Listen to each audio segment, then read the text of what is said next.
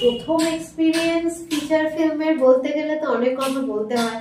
প্রথম দিন একদিন উনি আর দেবযানী দিয়ে আমাকে ফোন করেছিলেন যে একটা ভীষণ গোলযোগের মধ্যে হিরোইন সে চলে গেছে আর কি ছেড়ে ছুড়ে দিয়ে, তো ইমিডিয়েটলি কারুকে পাওয়া যাচ্ছে না, তো তুমি কি করবে? তো আমি তো ভীষণ আগ্রহী ছিলাম, গল্প শুনে ভীষণ ভালো লাগলো, হ্যাঁ বলে দিলাম। কিন্তু তখন প্রবলেম ছিল, আমার একটা সদ্য অপারেশন হয়েছিল, কিন্তু সেই প্রতিবন্ধকতা কাটিয়ে 1 সপ্তাহের মধ্যে আমরা বকখালি গিয়ে শুটিং করেছিলাম, মনে হয়েছে? একদম তখনও মানে ঘাসও খাইনি। হ্যাঁ, মানে একটা তীব্র ইচ্ছা যে কাজটা করব, সেই জায়গা থেকে আর কি করা। আর দীর্ঘ প্রতীক্ষা, মানে দীর্ঘ অপেক্ষার পর আজকে যখন ট্রেলার লঞ্চটা হলো, সত্যি কথাই সেদিনটা ভীষণ একটা মনের কাছাকাছি, যে আমার প্রথম ফিচার ফিল্ম, প্রথম কাজ বড় পর্দায়। এটা আমি এক্সপেক্ট করেছিলাম, জানি না কবে এটা অ্যাকচুয়ালি রূপ পাবে। আশা করি খুব শীঘ্রই পর্দায় আপনারা সবাই দেখতে পাবেন। তো আজকেই কথা হচ্ছিল শুভঙ্করের সাথে, বলছিল যে ফেব্রুয়ারি মার্চের দিকে। হ্যাঁ, আমরা সেটা অবশ্যই করছি, খুব শীঘ্রই নিয়ে আসা। ডেটটা জানাইনি, কারণ পুরোপুরি সমস্ত দিকটা ফাইনাল হয়ে গেলেই অবশ্যই ডেটটা দিয়ে দেবো। তো তার আগে আমাদের ছবির ট্রেলার লঞ্চ করে গেছে, তো এবার পরপর গানগুলো আসবে। গানগুলোতে অবশ্যই আমরা চাইবো গানগুলো ভীষণ ভালো গান, হ্যাঁ, আশা করি ভালো লাগবে, সবারই ভালো লাগবে গানগুলো, ভীষণ মনোমুগ্ধকর গান, এবং নতুন বছরের সঙ্গে আমার মনে হয় খুব ভালো যাবে গানগুলো। আজকে মনে হয় একটা গান একটু একটা অংশ দিয়েছো, আজকে একটা গান আসছে রুমঝুম গান। রুমঝুম গানটা বেশ ভীষণ মিষ্টি একটা গান, মানে ভীষণই মিষ্টি একটা গান, হ্যাঁ, যেখানে আমাদের হিরোইন প্রজাপতির মতো উড়ে বেড়াচ্ছে এই ফুলের বাগান থেকে ওই ফুলের বাগানে, মানে দারুণ ব্যাপার। যদি হিরোইনের ওই মানে মিষ্টতা দেখতে হয় তাহলে গানটাকে মিস করলে চলবে না। হ্যাঁ, আমি ওখানে একটা দূরে সেই কালো ভ্রমণের মতো দাঁড়িয়ে দাঁড়িয়ে দেখছিলাম, আর একটা মিষ্টি প্রজাপতি হয়ে উড়ে বেড়াচ্ছিল। এই ছিল গানের বিষয়, বাকিটা কিন্তু দেখতে হবে। আর ছবির বিষয়ে যেটা বলবো, ছবিটা সত্যি কথা আমাদের প্রথম ছবি। এর আগে তো বহু কাজ করেছি, কিন্তু সিনেমার দিক থেকে সমস্ত কিছু একসঙ্গে, হ্যাঁ, তো সেই একই সঙ্গে একটা ছাদের তলায়, সেটা হচ্ছে নিউ স্টার এন্টারটেনমেন্ট প্রোডাকশন হাউসের প্রথম ছবি হচ্ছে পাণ্ডুলিপি। তাই নানান দিক থেকে যেমন আনন্দ আমরা হই হই মানে মেতে উঠেছিলাম সমস্ত কিছুর মধ্যে দিয়ে, সেই রকমই অনেক সমস্যাও এসেছিল, অনেক বাধা এসেছিল, সেটা স্বাভাবিক, প্রতিটা ছবিতে থাকে। এটা কিন্তু বলতেই হবে যে তুমি যেভাবে সেটাকে হ্যান্ডেল করেছো এবং এখনো সেই কান্ডারির মতো বয়ে নিয়ে চলেছো পুরো একদম নৌকাটাকে, আমাদের সবাইকে সবার আশায় একদম, যাকে বলে যে সেই দিয়াটা জ্বালিয়ে রাখা, প্রদীপটা জ্বালিয়ে রাখা, সেটা তো তোমারই হাতে না। সেটা আমি একা না, সেটা আমি একদমই বলবো না আমি একা, কারণ টোটাল আমার টিমের সবাই প্রত্যেকে কিন্তু ভীষণ হার্ডওয়ার্ক, একদম মানে এত ভালো কাজ করেছে। হার্ডওয়ার্কিং হলেও তোমারও একটা বিশেষ ভূমিকা এখানে আছে, সেটা অস্বীকার করার কোনো জায়গা নেই শুভঙ্কর। তুমি প্রচন্ড হার্ডওয়ার্কিং, লেবোরিয়াস, এবং এরকম ডিরেক্টর, এরকম তরুণ ডিরেক্টর আজকের প্রজন্মে কিন্তু সত্যি কাঙ্ক্ষিত। হ্যাঁ, এটা শিক্ষণীয় যে এত কম ম্যান পাওয়ারে নিজের কাঁধে সবটাকে তুলে নিয়ে কম বাজেটে কিভাবে ভালো কন্টেন্ট ফুটিয়ে তোলা যায়, এটা কিন্তু সত্যি শিক্ষণীয়। এটা এই বিষয়ে বোধহয় কারোর কোনো মতভেদ নেই। আমরা এরকম ছবির যে বিষয় না, মানে এত কিছু জিনিস পেয়েছি। দেবশ্রী, তুমি একটা গল্প যদি, মানে এই গল্পটা আমার মনে হয় না তুমি জানো, এত সুন্দর একটা বিষয় ছিল, বেশ মজাদার একটা ঘটনা ঘটেছিল। যেমন বকখালিতে গিয়ে তোমার সেই সময় যে বিষয়টা হয়েছিল, যে প্রথম দিন শুট, এবং সেখানে এতজনের বাধার সত্ত্বেও তুমি কিন্তু সেই জায়গায় পৌঁছে গিয়েছিলে, হ্যাঁ, যে না ছবিটা আমি করবই। এবং বাড়ি থেকে তো রীতিমতো যে তুমি অপারেশন হয়েছে, তুমি ওখানে কি করে মানে পারফর্ম কি করে করবে, ওখানে তোমার সাথে কে যাবে, কি করবে, লাইক হ্যাঁ, কিন্তু আলটিমেটলি সেটা হয়েছিল, একদমই তাই। এবং এটা আমাদের একটা চ্যালেঞ্জ ছিল যে যে আগের যে হিরোইন ছিল, আজকে মানে এগুলো আমার মনে হয় না বলা উচিত, তবুও দু একটা কথা না বললেও আবার মনে হয় না যে পুরো গল্পটা পরিষ্কার হয়। তো সেক্ষেত্রে আমাদের যে আগের হিরোইন, তার তো অনেক ক্লিপিং ছাড়া ছিল, আমাদের যারা ফলো করে সব সময় দর্শক বন্ধু যারা আছে তারা দেখেছে, হিরোইনকে দেখেছে বা কাজের ক্লিপিংও দেখেছে, কাজটা অনেকটা পোর্শনে এগিয়ে গিয়েছিল। তো সেই জায়গা থেকে এটা আমাদের কাছে একটা চ্যালেঞ্জ ছিল, এবং দেবর্ষীকেও আমি তাই বলেছিলাম যে এটা তোমার জন্য একটা বড় চ্যালেঞ্জ, যে অনেকেই আছে নতুন ছবি করতে এসে একদিন দুদিন শুটিং করার পরই তারা কিন্তু একটা না মানে সব জায়গায় তো একটা রাজনীতি চলে, তো এখানেও না এইরকমই একটা, আমাদের সেই হিরোইনও কিন্তু যেই জানে দুদিন শুটিং হয়ে গেছে এবার আমায় বাদ দিতে পারবে না, সঙ্গে সঙ্গে কি করলো, টাকাটাকে তিন ডাবল বাড়িয়ে দিল, যে আমাকে এত টাকা না দিলে আমি আর কাজ করবো না। তো সেটা আমার মনে হয় না কোনো আর্টিস্টের কখনো উচিত।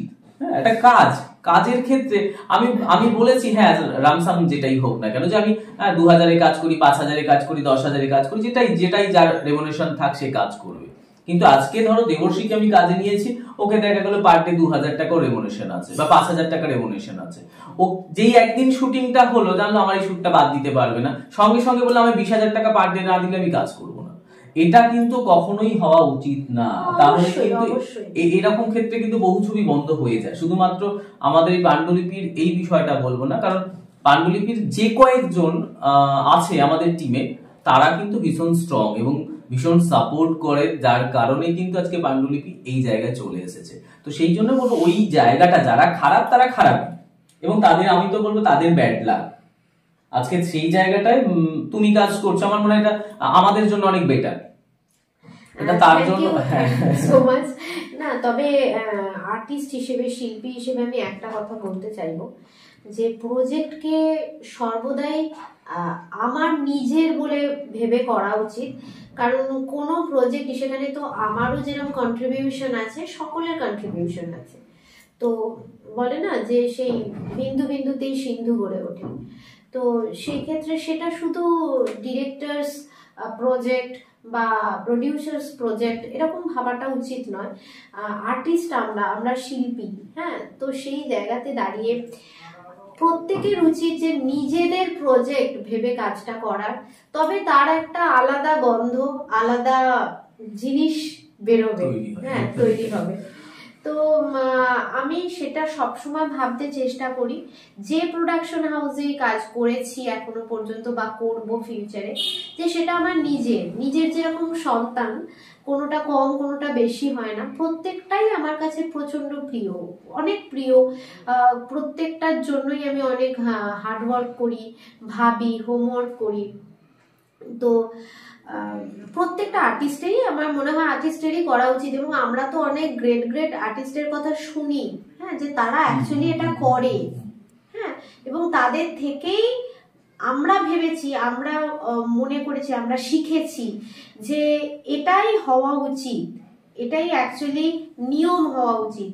কেউই শুধু একার কাঁধে ভর করে কোনো প্রজেক্ট উতরাতে পারে না, হ্যাঁ। তো আমরাও যেহেতু প্রত্যেকের একটা নির্দিষ্ট ভূমিকা আছে, তো আমাদের প্রত্যেকের এটা নিজের। একদম, এটা যদি প্রত্যেকটা আর্টিস্ট বুঝতে পারে তাহলে আমার মনে হয় না কোনো প্রজেক্টে কোনো রকম সমস্যা আসবে, কারণ প্রত্যেককেই তাই তার নিজের জায়গাটা তাকে বুঝতে হবে। আমি ছবিতে একজন ডিরেক্টর, যখন ধরো আমার ডিরেক্টরের ভূমিকাটা আমি বুঝি, একজন হিরোইন ছবিতে হিরোইনের জায়গাটা কিন্তু বুঝতে হবে, তাকেও তার ভালো মন্দটা বুঝতে হবে, বা যে একটা জুনিয়র আর্টিস্ট যে জায়গায় কাজ করে তারও কিন্তু অনেক বড় একটা ভূমিকা, কারণ কাউকে বাদ দিয়ে কখনো ছবি হয় না। এবং আমার কাছে মনে হয় যে যারা সিনিয়র পোর্শনে আছে, কাজ করছে, হ্যাঁ, তাদের থেকেও আমার মনে হয় আমার বেশি সম্মান জুনিয়রদের করা উচিত, কারণ জুনিয়ররা ছাড়া কিন্তু ওই সিনিয়রের ওই যে ভূমিকাটা থাকে, যে চরিত্রটা আমরা প্লে করি এখানে, সেখানে এই যে গ্যাদারিংটা প্রয়োজন, তার মানে গ্যাদারিং এর যে মানুষগুলো আছে তারা ছাড়া কিন্তু ওই সিনটা কিন্তু কমপ্লিট হবে না। তো সেক্ষেত্রে প্রতিটা আর্টিস্টকে অবশ্যই সম্মান করা উচিত, প্রত্যেককে নিয়ে কাজ করা উচিত, প্রত্যেকটা টিমে। এবার হ্যাঁ, একটা কথা বলে রাখি, টিমকে ভালোবাসতে গেলে সেটা মানে বিশেষ করে শিল্পী, মানে শিল্প সত্তা মন যাদের, বা ভালো একটা কন্টেন্ট তৈরি করতে গেলে সেখানে কিন্তু সময় কিন্তু 19-20 এদিক ওদিক হয়, ভালো কাজ করতে গেলে এটা হবে। এটাকে একটু মেনে নিতে হয়, এটা আমার মনে হয় হওয়াটা উচিত। আমি শুটিং এর আরো বিষয় যেটা বলবো সেটা হচ্ছে দেবর্ষী যেমন আজকে শুধু না মানে প্রথম দিন না আরো বেশ অনেকগুলো সিচুয়েশনে কাজ করেছে, তো সেই সিচুয়েশনের সম্পর্কে মানে তুমি তো অনেকগুলো শুধুমাত্র যে আমরা সময়টাকেও পরপর এগিয়ে নিয়ে গেছি, কখনো গরম যে সময় দেখা প্রথম কাজ করছে প্রচন্ড পরিমাণে গরম ছিল, তারপর একটা সময় এসেছে আবার প্রচন্ড পরিমাণে ঠান্ডা, মানে একদম সেই হাড় কাঁপানো ঠান্ডা, সেই সময়তে আমরা কাজ করেছি। অ্যাকচুয়ালি আমি ভীষণ শীত কাতুরে, তো এখনো যেরকম আমার প্রচন্ড নাকটা পুরো বন্ধ, সকালবেলা উঠে তুমি ডাকলে বলে আমি চলে এলাম এরকম ব্যাপার। তো আমি শীতে ভীষণ ভুগি মিন্স আমার ভীষণ সর্দি লেগে যায়, শীত কাতুরে মানুষ আমি। আমাদের এই ছবিটাও তাই, সেই মনে আছে আমরা যখন গিয়েছিলাম মানে সর্ষে ক্ষেতের মধ্যে, ওটা মানে সে রীতিমতন কাঁপুনি দিচ্ছে কিন্তু তবুও আমরা করেছিলাম, মানে আমার মনে আছে। সবথেকে মজাদার বিষয় হচ্ছে পুরো সিনেমাটা দেখানো হচ্ছে গরম ওয়েদারটা, মানে যে গল্পটা যে সময় হয়েছে শরৎকাল মানে পুজোর পরে আর কি, যে সময়টা আসে একটা এরকম মানে দুর্গাপুজোর ঠিক আগের সিচুয়েশনটাকে দেখানো হয়েছে। তো সেরকম কিন্তু গোটা সিনেমায় কিন্তু আমরা বেশিরভাগই শুট করেছি শীতকালে, তো সব সময় আমাদের আমরা এরকমও আছে বাকি চরিত্রদেরকে যেমন টেলারই দেখেছে কয়েকজন, যেখানে আমার ভাইয়ের যে ক্যারেক্টারে ছিল সে দেখাচ্ছে যে ওই যে বাথরুমে স্নান করছে শাওয়ারে, ওটাও কিন্তু কনকনে ঠান্ডার মধ্যে, মানে রাতের বেলা শুট করেছি আমরা এবং ওই ঠান্ডার মধ্যে, সেখানেও তাই করতে হয়েছে ওকে। এবং আমারও যে সিচুয়েশন গুলো ছিল সিনগুলো যেখানে দেখা যাচ্ছে আমি মানে বিছানায় লিখছি বসে বা এরকম ভাবনা চিন্তা করছি, এগুলো প্রত্যেকটা সিনই কিন্তু শীতের সিন ছিল। আমরা কিন্তু বা রাতের মধ্যে একটা জায়গায় আমি মানে খুব মজা পেয়েছিলাম, মানে এনজয় করেছিলাম, বাকি সবাই কষ্ট পেয়েছিল, শুধু আমি একা এনজয় করেছিলাম। সেটা হচ্ছে ছবি টেলারই দেখানো হয়েছে, একটা ছোট্ট ক্লিপিং দেখানো হয়েছে। আমরা রাতে মানে ছাদের উপরে একটা সিন নিয়েছিলাম যেখানে কাগজ মানে সমস্ত পাণ্ডুলিপিকে পোড়ানো হচ্ছে, তো সেই জায়গাটা ঠান্ডা, প্রচন্ড ঠান্ডা মানে, এবং তখন মানে রাত্রি 12টা 12:30 হবে টাইমিংটা, অতটা রাতে কনকনে ঠান্ডা, কুয়াশা পড়ছে, এরকম একটা সিচুয়েশন। তো সেখানে আমি একটা ট্রাউজার একটা স্যান্ডো গেঞ্জি পরে ওরকম ভাবে মানে কাগজগুলো পোড়াচ্ছি, কাঁদতে কাঁদতে কাগজগুলো পোড়াচ্ছি। তো আমার ওখানে মজা লেগেছে, কাজ বেশি হচ্ছে আগুনের ওই গরমটা বেশ আমি পাচ্ছিলাম, একমাত্র ওখানে আমি আনন্দ পেয়েছি, বাকি সবাই দূর থেকে ঠান্ডায় শুভঙ্কর তাড়াতাড়ি নাও, শুভঙ্কর তাড়াতাড়ি নাও, আমরা কাঁপছি, এইরকম একটা ব্যাপার। তো তখন ভুলে গেছি যে শীতকাল, সবাই করে কাঁপছে, মানে ক্যামেরার ওই পারে যারা আছে তারা না তাদেরটা বুঝতে পারিনি, আমি খালি ভাবছি কিভাবে ভালো ভালো শট গুলো নেওয়া যায়, দেখো এখানে এই পাণ্ডুলিপি গুলো পুড়ছে, এদিক থেকে দেখো নীলচে একটা আগুন উঠছে, এখানটা নাও এইখানটা না, আমি 10 বার ঘোরাচ্ছি, ঠিক আছে, বেশ ভালো লাগছে এরকম। ওরাও শুভঙ্কর তাড়াতাড়ি নাও, প্রচন্ড ঠান্ডা লাগছে, ঠিক আছে, তখন বুঝতে না ব্যাপারটা অন্যরকম, আসলে আমি ঠিক বুঝতে পারছি না, কারণ আমার তাঁত লাগছে বলে বেশ গরম হয়ে গেছে। তো বাকিদের এইরকম ব্যাপার। তো সত্যি কাজ করতে গেলে যে কতটা সময় লাগে বা কতটা কষ্ট থাকে সেটা কিন্তু একমাত্র, তারপরে আমাদের ওই গুড়ির ওপরে উঠে যায় শর্টটা, সেটা মনে আছে বকখালিতে, হ্যাঁ হ্যাঁ মনে হচ্ছে যে এদিকে পিঁপড়ে, মনে হচ্ছে যে এবার পড়েই যাবো, একটা সিচুয়েশন থাকে যে যেটা দেখতে খুব ভালো লাগে, মানে আমরা যখন ভিউটা দেখি, ভিউটা অসাধারণ ভিউ একটা দেখি, কিন্তু সেই অসাধারণ ভিউয়ের যখন কাছাকাছি যাই, যেমন বলে না পাহাড় দূর থেকে দেখতে ভালো, যখন সামনে যাবে দেখবে তখন তার মানে চেহারাটা কি। তো সেরকমই শুটের ক্ষেত্রেও আমরা এরকম প্রচন্ড পরিমাণে অনেক ভিউ পাই, যে ভিউগুলো দেখতে সুন্দর লাগে, কাছে যখন যাই কোথায় কি যে নোংরা পড়ে থাকে, তো সেটা আর বলার কিছু নেই, যেটা অনেকেই জানে। তো যাই হোক, এই হচ্ছে আজকের বিষয়। আজকে আমরা পাণ্ডুলিপির কয়েকটা বিষয় শেয়ার করলাম দেবর্ষীর সাথে। দেবর্ষী আমাদের ছবিতে মেইন একটা কাস্টিং, মেইন হিরোইন, যেখানে মানে দর্শক টেলারে কিছুটা পোর্শন দেখেছে, কিন্তু আলটিমেটলি যেটা দেবর্ষী সব থেকে বড় বিষয়, আমি কটা টেলারটা যে লঞ্চ করলাম আমরা, তারপরে ভাল লাগছে এরকম বেশ কিছু জনের কমেন্ট পেয়ে বা অনেকে ফোন করে আমাকে বলছে যে আলটিমেটলি হবে কি, মানে মানে হিরোইন কি তোমায় ছেড়ে চলে যাচ্ছে, নাকি হিরোইনের ব্যাপারটা মানে নাকি ও কি তোমার সাথে টর্চার করছে, তোমাকে ঠকাচ্ছে, মানে আমার এটা খুব মজা লেগেছে, বেশ কয়েকজন প্রশ্ন করেছে আলটিমেটলি কি হচ্ছে, এখানে কি ত্রিকোণ প্রেম আছে, এখানে কি মানে তুমি কি কিছু মানে অ্যাক্সিডেন্টলি কিছু করবে, সবকিছুই আছে। এবার কি হচ্ছে কি তারা বুঝতে পারছে না যে ট্রেলারটার মধ্যে দেখেছি অনেক কিছু হচ্ছে, মানে হিরো থাপ্পড় খাচ্ছে, হিরোইনও থাপ্পড় খাচ্ছে, তার মানে আর কি হচ্ছে ব্যাপারটা বুঝি না। আবার এরকম একজন কমেন্ট করলো, বলছে আমি বুঝতে পেরেছি তার মানে ফ্যামিলিগত প্রবলেম, তোমাদেরকে মেনে নিচ্ছে না। আলাম না, সেটাও মনে হয় না। তো ছবিটার মধ্যে এতটাই সাসপেন্স থাকছে যে আমার মনে হয় ছবিটা দেখলে আরো বেশি ভালো লাগবে, কারণ এইরকমই একটা কন্টেন্টের উপরে ছবি। আজকের যে আমরা জ্বলন্ত একটা বাস্তবকে, হ্যাঁ বাস্তব ছবিটাকে এখানে তুলে ধরা হয়েছে। ছবিটা প্রথমে মনে হবে যে হ্যাঁ মনে হয় সেই সময়কার একটা ছবি, অনেকে বুঝতে পারে, অনেকে মনে করতে পারে যে এখন খুব কমার্শিয়াল ছবিগুলো চলছে এই ধরনের মনে, কিন্তু আমি বলবো ছবিটার মধ্যে সবকিছু আছে।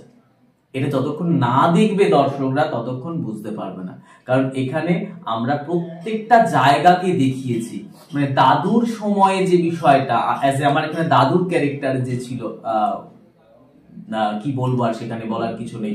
হ্যাঁ, বিখ্যাত অভিনেতা নাট্যকার মনোজ মিত্র, তো ভীষণ ভালো একটা জায়গা। ধরো ওনার যে পার্টটা ছিল, উনি একটা সময়ের সঙ্গে, যে সময়ে ওনাদের যে সময়টা ছিল সেই সময়টা একটা সময় ছিল, হ্যাঁ তারপরে দেখানো হয়েছে ওনার ছেলে, তারপরে ওনার নাতি, এরকম।